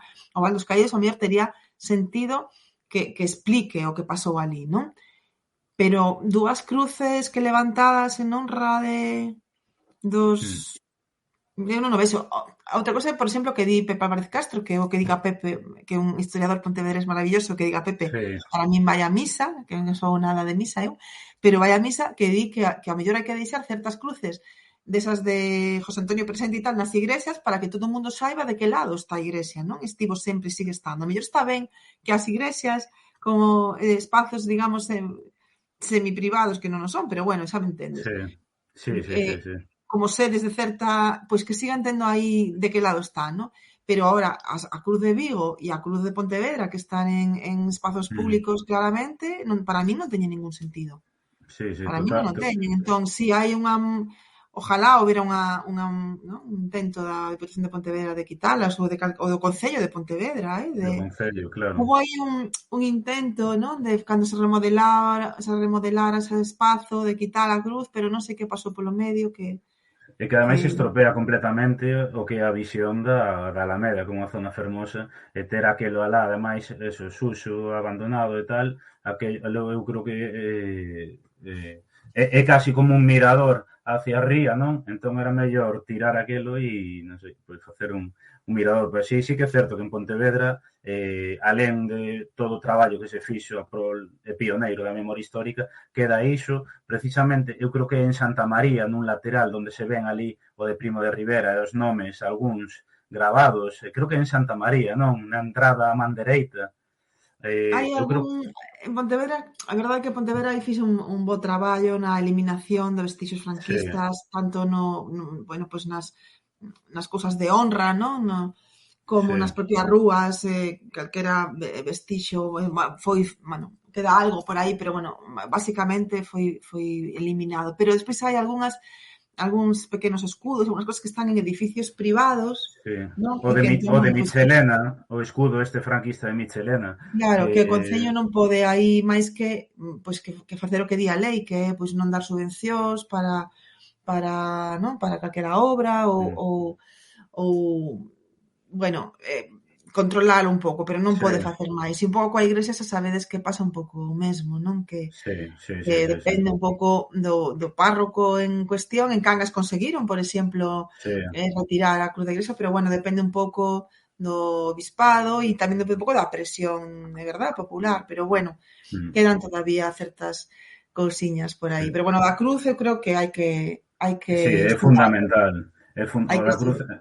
o cruz é fundamental, porque ademais é xusto enlazando a penúltima pregunta que queda aquí, din que si pensas que toda esa actividade de recuperación da memoria histórica, todo ese traballo pioneiro que se fai en Pontevedra, claro, falábamos antes Josefina Ruti, que tamén ten unha rúa, non? Si pensas que, bueno, o mural das pioneiras, que tamén hai en Pontevedra, que é un mural fermosísimo, si ti pensas que é así en todo o país ou que Pontevedra é casi unha illa neste sentido. Pontevedra é o bastión da memoria, nada, o sea, nada que ver. Eu non coñezo, a ver, é verdade que hai outros sitios, en Pollo tamén temos agora unha concelleira de memoria, hai outros sitios que fan memoria, claro, pero eu atreveríame a afirmar, e creo que non me equivoco, que, bueno, salvo tamén accións puntuais, Coruña, Compostela ou creo que Pontevedra é a cidade do país que ten unha política pública de memoria dende hai máis anos, máis seria, máis continuada, con máis orzamento, porque ao final, claro, se pide que se faga memoria aí sen orzamento, non? E todas as políticas públicas, sendo que sexan, precisan orzamento, non? Claro. E eu creo que Pontevedra leva moitísimos anos orzamentando esas investigacións, e orzamentando, pois eso, que distín murais, actividades de divulgación. Eu creo que non, que, o sea, a maior parte do país non ten nada non fan, o sea, a maior parte dos concellos da provincia de Pontevedra, por exemplo, que é o que máis coñezo, fan 0, -1, ou como moito, un altiño de memoria de cando en vez, pero non hai unha política pública de memoria estable no tempo, mes a mes, como ano a ano, como fai Pontevedra. Pontevedra é eso, a ver, eu non son obxectiva, non falando de Pontevedra, pero obxectivamente, mesmo sendo, hai que decir que Pontevedra é un exemplo en política pública de memoria, un exemplo que non se repite con esa forza en ningún outro concello. Pois sí. Esquecía aquí que comentaba aquí do Rei, que dicía redefinir o monumento pola cruz, explicando ben de onde sai, o que representa e a que tipo de réxime tenta honrar, algo así fixeron nalgúns lugares con monumentos fascistas, como por exemplo o Arco do Triunfo de Bolzano, en Italia. Sí, ese debate está aberto, non? Si eso Claro, que falábamos antes, si resignificamos, a mí me parece difícil resignificar certos monumentos, pero bueno, polo menos sería, non? Que pases por ali, que pongan esta cruz, a fixo no seu día o réxime de Franco, despois chegou e se intentou facer unha resignificación, pero ao final, bueno, pois aproveitar para facer ali un panel explicativo ou algo así, podería estar ben, non? Pero, bueno, eu prefiro poner ese tipo de paneles explicativos pois en rúas que se cheven a Josefina Ruti, que ten o seu panel explicando quen claro, era Josefina Ruti, non? Pero, bueno, me vale, o sea, me vale para, polo menos para abrir ese debate, que creo que sería necesario abrilo, non? E non se está dando, a sí, verdade, xa non se está dando. Entón, eu creo que é necesario, bueno, pois que volva a darse ese debate de se a cruz está ben aí ou está mal ou non sei, sí, ao mellor se pode recolocar ou que a leve a propia Igrexa Católica para un lugar, non? Que simbolice algo, sí, que simbolice pois, simplemente un respetable signo religioso para quen vexa na cruz un símbolo religioso, non? É dicir, claro, o sea, que é unha cruz religiosa e, bueno, pois vamos a donala, non sei, a Compostela para que unha igrexa, non sei. Pero creo que no centro dunha vila laica con un goberno laico, polo menos, como Pontevedra, pois creo sí, que non. sí, Chama a atención, de feito, fixen hai un par de anos, antes desta pandemia que cambiou todo, fixen un roteiro con xente que viña a unhas conferencias da universidade, que eran xente de outros países, e lles chamou moitísimo a atención esa cruz, non? Que claro, estivese aí, e o claro, que significaba, non? Entón, chama a atención a xente que ven de fora. Nós estamos un pouco acostumadas, pero sí. eu creo que hai que volver a retomar ese debate, ahora que non nos escoita ninguén. Pois sí, sí. Vamos a Ademais ver. que por moito que digan que é unha simple cruz cristiá, non é. E xa sabemos todos e todos o significado e por que se puxo aí e en que contexto, non? Bueno, xa, última pregunta. Din aquí que, bueno, que falamos do maltrato o que, a memoria da Illa de San Simón, se ti pensas que hai en liñas xerais un maltrato todo o que é os espazos relacionados coa memoria histórica, porque tamén cita aquí como o Mosteiro de Oia está entregado a un hotel, e se pensas que en Galicia é necesario un museo ou un grande centro da memoria histórica. Sí, sí, totalmente. Antes falábamos e como me enrollo, se me olvidou, pero que comentabas ti, efectivamente, que se fai de todo agora en San Simón menos memoria, non? É dicir, cando estaba o bipartito, isto é así, e hai que decilo, se fixo unha política pública de memoria en San Simón, non? E chegou o goberno do Partido Popular e non só deixou de facer o que estaba facendo, sino que fixo a mantenta unha política de borrar todo o que significaba, o que había relacionado coa memoria en San Simón, non? Ahora ti podes pasear pola illa se non sabes que foi campo de concentración, tes que estar moi avispado para atopar algunha cousiña que faga referencia a esa época, non? Podes pasear pola illa, estar 2 horas na illa sen enteirarte do que pasou ali. Para min eso é indefendible. Mm. O Mosteiro de Oia, bueno, ten recuperado, estaremos tamén o sábado no Mosteiro de Oia dentro desas xornadas da Deputación, faremos unha excursión a Oia precisamente e logo a Bombardeira, a volta dos 9. Pero efectivamente hai eu creo que os lugares de memoria da Galiza non están ben cuidados, non están ben identificados, ben contextualizados. Eu creo que se podría mellorar moito e creo que podríamos empezar por darlle outra vez a San Simón o seu carácter de illa da memoria, que é o que levamos reivindicando desde o movemento memorialístico galego moitos anos, non? San Simón Mm. como exemplo e despois, efectivamente, hai moitísimos lugares que ti podes Mm. pasar por diante e non saber que a propia, Sí. non sei, que non saber que eso pasou aí, non? Entón, creo que hai que identificar e hai que, sí. Sí, o propio mosteiro, na Guarda, por exemplo, tamén hai ali un edificio abandonado que tamén moi importante, foi un centro de represión, ou seja, hai moitísimos sitios que eu creo que compre visibilizalos, non? E xa, para entrar no cuestionario final, sí que nos preguntan aquí si, bueno, como poden facer para coñecer máis sobre o teu traballo, onde se pode consultar, si tes redes sociais, bueno, libros, e que proxectos colectivos hai para os próximos tempos. Bueno, a verdade é que son un desastre con isto das redes e teño un muro en Facebook que fixera cando sacaron Cesto de Mazás, pero está un pouco aí olvidado. Eu sí que estou como señora maior, estou en Facebook e un Twitter que miro pouquísimo. Bueno, Montse Fajardo Pérez en Facebook me podes atopar. E logo, bueno, pois hai unha entrada, por exemplo, na Elga, no muro na páxina da Asociación de Escritoras en Lingua Galega, que aí pois sí que están un pouco os libros que eu escribín, e tamén hai unha xenda que van contando cando fago cousiñas, pois aí vai metendo a Elga todas as cousas que fago. E despois tamén hai parte do meu traballo recollido nese proxecto colectivo que foi do Gris a Violeta, e agora tamén temos na páxina da Deputación o Pasado por Vir, tamén pois vamos poñendo todas as actividades que facemos, toda a equipa, non? Pois tamén van aparecendo aí na web da depo.gal, en memoria, pois tedes aí un apartado do programa Pasado por Vir e con catálogos non só de cousas que fixemos, sino con actividades que as asociacións de memoria da provincia poden pedir, teatros, a Xurxo Souto facendo un taller maravilloso de música represaliada, charlas miñas e de outra xente tan importante e tan coñecedora como Dionisio Pereira, como Lola Varela, como María Teresa Martínez, como Pepa Vélez Castro, bueno, Raúl Soutelo, hai moitísima xente aí coa posibilidade de pedir charlas destas persoas, o propio Valentín Bóveda, Valentín García Bóveda. Entón, bueno, pois por aí eu creo que ahora todo, como dime la Casal, todo está todo aí, se tecleades Montse Fajardo, pois aparece a maquilladora primeiro, e unha nena asesinada, que tamén se chamaba como a min, e logo, pois tamén estou eu, non? Entón, bueno, creo que facendo aí unha procura, pois xa agradecidísima a quen queira, sobre todo, bueno, pois coñecer un pouco máis as historias das víctimas, que ao final eu pois son un pouco solo notaria das vidas desa xente, non?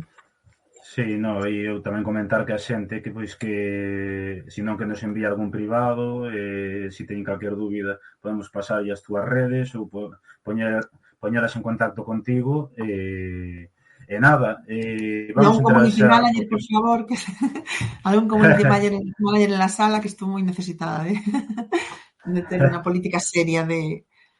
Pero bueno, a publicidade falar, ao final leva de menos, non? É importante falar destas cousas. pois sí, Xa, pois sí, a pois sí. vena comercial non me veu no PAC a min. Pois sí, nos, se a Diputación de Pontevedra precisa community managers, aquí ten Orgullo Galego, que estaremos encantados. Mira, pois iso está moi ben, tomaremos nota. Eh, xa que entrando, bueno, eu creo que entrar xa no cuestionario final, que, bueno, é unha serie de preguntas que lle facemos a todas as persoas convidadas. Bueno, a primeira pregunta que te quería facer é que nos recomendes un libro. Pode ser sobre esta temática ou non. Veña, pois para salirme un pouco do guión, para sorprender un pouco, vou a ler un libro que ten moito que ver coa defensa dos dereitos da xente e que además como está unha rede para xente nova, que é Arroz Tres Delicias de Chenta, non? De Puto Chino Maricón, como que é o seu nome comercial, que me parece un libro delicioso, normal que se chama Arroz Tres Delicias, me parece un libro combativo, un libro moi bo. Entón, voume quedar de que podería recomendar pois calquera libros dos meus compas, non Desesquecemento, bueno, que sei, non sei, Laura no deserto, calquera libro de memoria, calquer libro de Xavier Quiroga, calquer libro de Manolo Rivas, calquer libro de Inma López Silva, das miñas compis, non? Calquera libro, o cómic de Kiko da Silva, pois voume quedar con Chenta e con Arroz Tres Delicias. Pois, moi interesante. Comentaban por aquí arriba, falamos bastante de Pontevedra, eu voulle recomendar Pontevedra nos anos o medo, que é un libro moi bo de Pepe. Parece mentira que non meteu a Pepe, perdón, efectivamente. É a mellor investigación que existe sobre Pontevedra, de logo, o libro de Pepe Vélez Castro. Pois sí. Para min foi a Biblia, para traballar esa zona, sí. Para min tamén, eu coñecino pois hai xa 10, 12, 13 anos cando ainda existía a Asociación Cultural A Revira e traíamos a falar sobre memoria histórica e foi un descubrimento, el como o seu propio blog, non? Pontevedra nos anos o medo, que é tremendo e moi pouco coñecido para o que se merece, vaya. É verdade.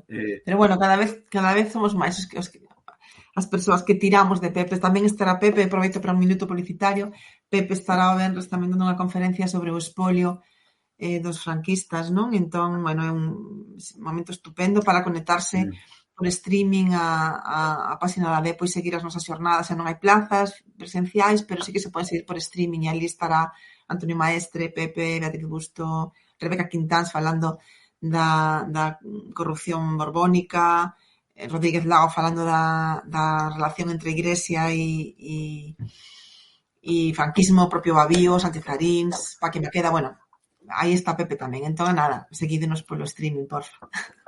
Outra, va. Tomamos nota. Veña, a seguinte é que nos recomendes un filme. Filme ou documental.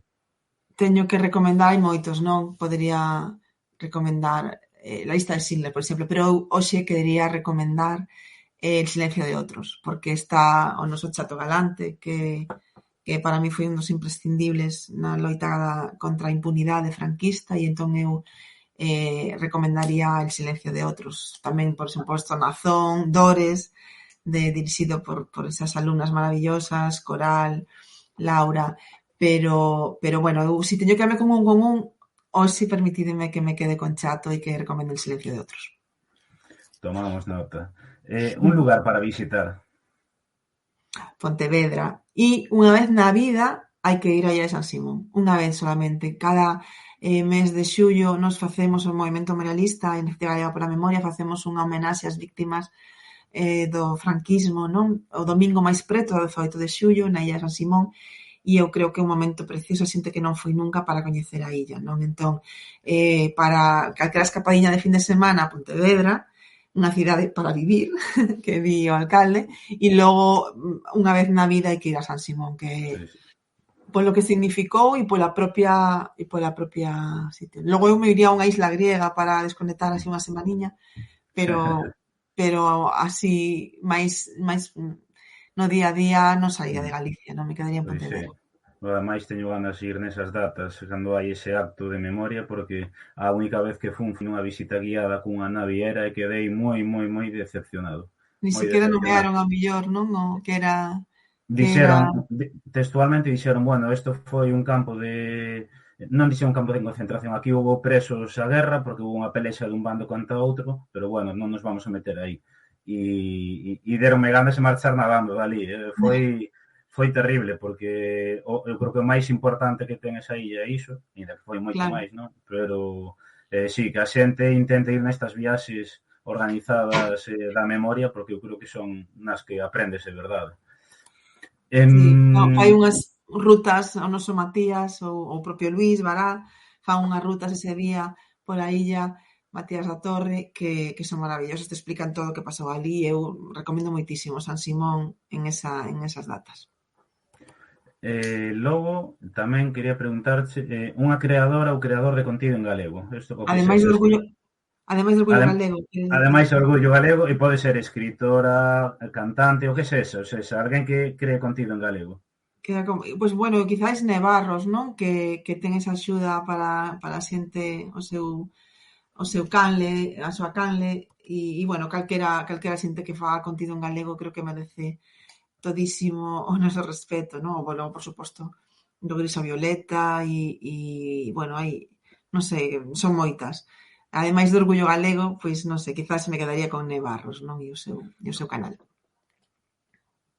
E por último, que é para ti o orgullo galego? E non a páxina, senón como o concepto. Bueno, pois un pouco adiantaba antes, non? Para mí o orgullo galego é pertencer ao mesmo pobo loitador e resistente de Alexandre Bóveda, de Castelao, de Virxinia, de tantos homes e mulleres desa xeración arrebatada. Para min orgullo galego, orgullo de país, é pertencer a esa raza digna que loitou non en ese momento por legarnos un país mellor. O orgullo galego é recuperar ese, como decimos na Diputación, ese pasado por vir, non ese pasado no que Bóveda, no que Castelao, no que tantos homes e mulleres soñaban con un futuro mellor para este país, con un futuro onde os recursos deste país se puxeran ao servizo deste país e non foran expoliados por mans alleas. Para min, orgullo galego é seguir un orgullo toda a xente que recupera ese legado, non? Que mira para ese legado e que intenta construir ese país que eles e elas soñaron e que nos deixaron, ese soño que nos deixaron como raza. Para min, orgullo galego é ter orgullo de país e loitar por facer realidade esos soños sesgados polo fascismo. Moi interesante a túa reflexión, co que estou totalmente de acordo.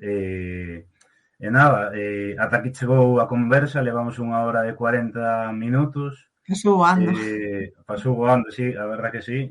Nada, agradecerte a eso, en vos. nome do Orgullo Galego a túa participación. Nós queríamos facer por xustiza, por dignidade, porque pensamos que merece no noso espazo visibilizar a todas estas mulleres, a todos estes feitos que foron invisibles e que nós creemos que tamén son orgullo galego, non? Nós creemos que o orgullo galego vai moito máis alá que o que, bueno, que reivindicacións quizáis máis esencialistas, digamos. Nós creemos que isto tamén é orgullo galego.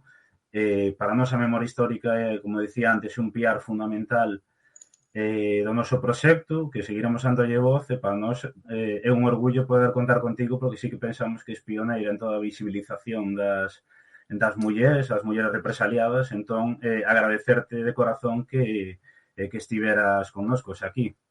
Nada, fíxome moita ilusión, de verdade que Orgullo Galego me chamase, non? Que é unha páxina aí que sempre vos sigo ver que facedes e para min foi un orgullo realmente que se me considere unha galega de pro en esta páxina, así que nada, moitos bicos, moitos fazos e sigamos loitando por construir ese país que soñaron os mártires, non? Grazas. Pois sí. Moitas grazas. Nada, nós vamos a seguir agora. Despedimos xa, Monse. Chao. Bicos. Chao. Nada, este directo, como sabedes, vai quedar subido en YouTube. Mañá vai estar xa subido en YouTube, porque houve moita xente que hoxe non puido estar en directo. Pero mañá, aproveitando ademais que o 25 de novembro, o Día Internacional contra a Violencia Machista, xa vamos ter subido para que o poidades difundir. Aproveitar tamén para animarvos a participar das movilizacións que convoca a Marcha Mundial das Mulleres. E nada, non sei que vos pareceu o directo, pero eu creo que foi impresionante, un directo moi necesario. Xa digo que nós vamos estar sempre dando voz a, bueno, pois a cuestións que quizáis para a xente non teña tanto gancho, non? Pero que nós creemos que é necesario por dignidade, por memoria e por xustiza. Entón, xa vos digo, mañá terémolo subido e podedes xa difundilo e achegarlo a toda a xente que hoxe non puido estar. Antes de nada, quero dar as grazas a Xaime Sánchez Anxo, Monstro da Empanada, por eses primes. Moitísimas grazas. Sí, comenta Pantonetti, moi necesaria, a bachantada moi bo, Sonati moi bo, moi interesante. Sí, é un tema moi interesante e que, bueno, seguiremos turrando por aí e eu non sei que opina Anxo e que opinades vos, pero eu creo que sería impresionante poder traer un directo a filla e o neto de Alexandre Bóveda. Aparte, temos aí contacto privilexiado para poder falar con eles, pero eu creo que sería impresionante poder ter no Twitch en galego a filla e o neto de Alexandre Bóveda a falar un pouco pois sobre a súa loita, primeramente sobre Alexandre Bóveda, pero tamén sobre a súa loita. Entón, tomamos aí o recado e intentaremos traelo canto antes.